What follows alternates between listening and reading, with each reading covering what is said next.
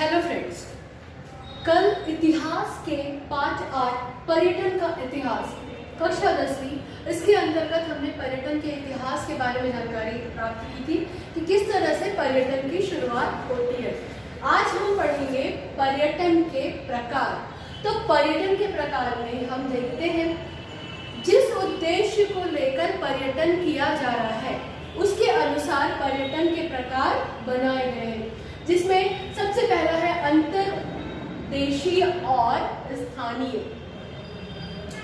अर्थात स्थानीय मीन्स देश के अंदर ही लोग अपने आसानी से अपनी सुविधा के अनुसार योजना बना के पर्यटन कर सकते हैं किसी विशेष कार्य को लेकर या सिर्फ घूमने के उद्देश्य से। स्थानीय आसपास के इलाकों में ही अगर लोग पर्यटन के लिए जाते हैं तो वो स्थानीय और अंतर्देशीय पर्यटन होगा। अंतरराष्ट्रीय, राष्ट्र के बाहर अगर कोई जाते हैं, आजकल फिल्मों की शूटिंग के लिए, गेम्स खेलने के लिए या फिर सिर्फ लोग देखने के लिए वहाँ का कुछ विशेष कोई प्रयोजन हो, आयोजन हो, वो देखने के लिए लोग या फिर बिजनेस मीटिंग के लिए, अपनी नौकरी के प्रयास के लिए, इन सारे कारणों से लोग दूसरे देशों में जाते हैं। ये अंतरराष्ट्रीय पर्यटन के अंतर्गत आता है। उसके पश्चात हम देखते हैं ऐतिहासिक।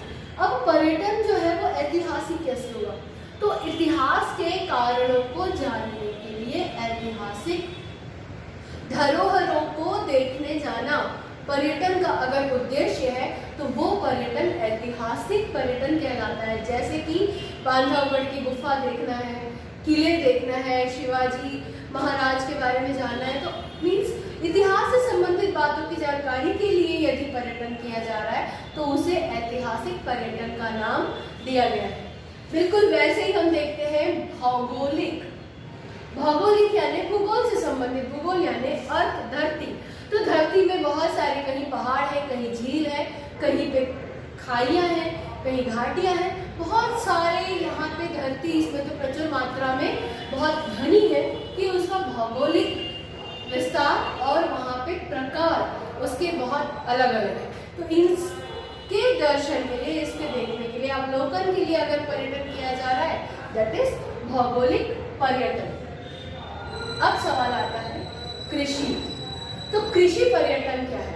कृषि पर्यटन वो होता है कि कृषि के क्षेत्र में जो लोग कृषि से अनजान हैं वो उस क्षेत्र में अगर आगे आना चाहते हैं तो उसके लिए प्रयत्न करते हैं, जानना चाहते हैं, सीखना चाहते हैं, उस उद्देश्य से पर्यटन किया जा रहा है। तो कृषि के संबंध में कृषि विश्वविद्यालयों में जाना, कृषि अनुसंधान केंद्रों में जाना, वहाँ पे लोगों से मिलना, जानकारी इकट्ठी करना पर्यटन का उद्देश्य अगर है तो वो कृषि पर्यटन के अंतर्गत आता है।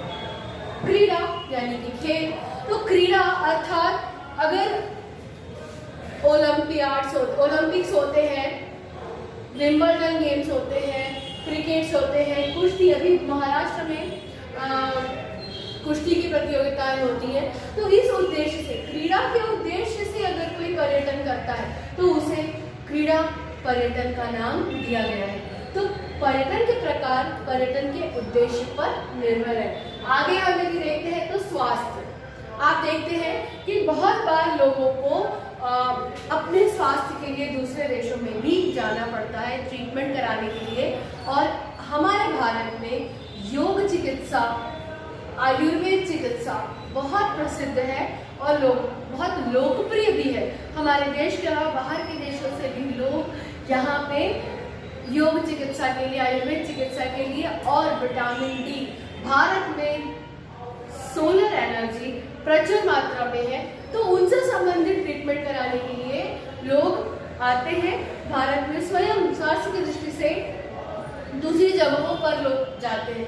तो ये जो रीजंस है पर्यटन का उद्देश्य अगर स्वास्थ्य है तो वो स्वास्थ्य पर्यटन कहलाता है।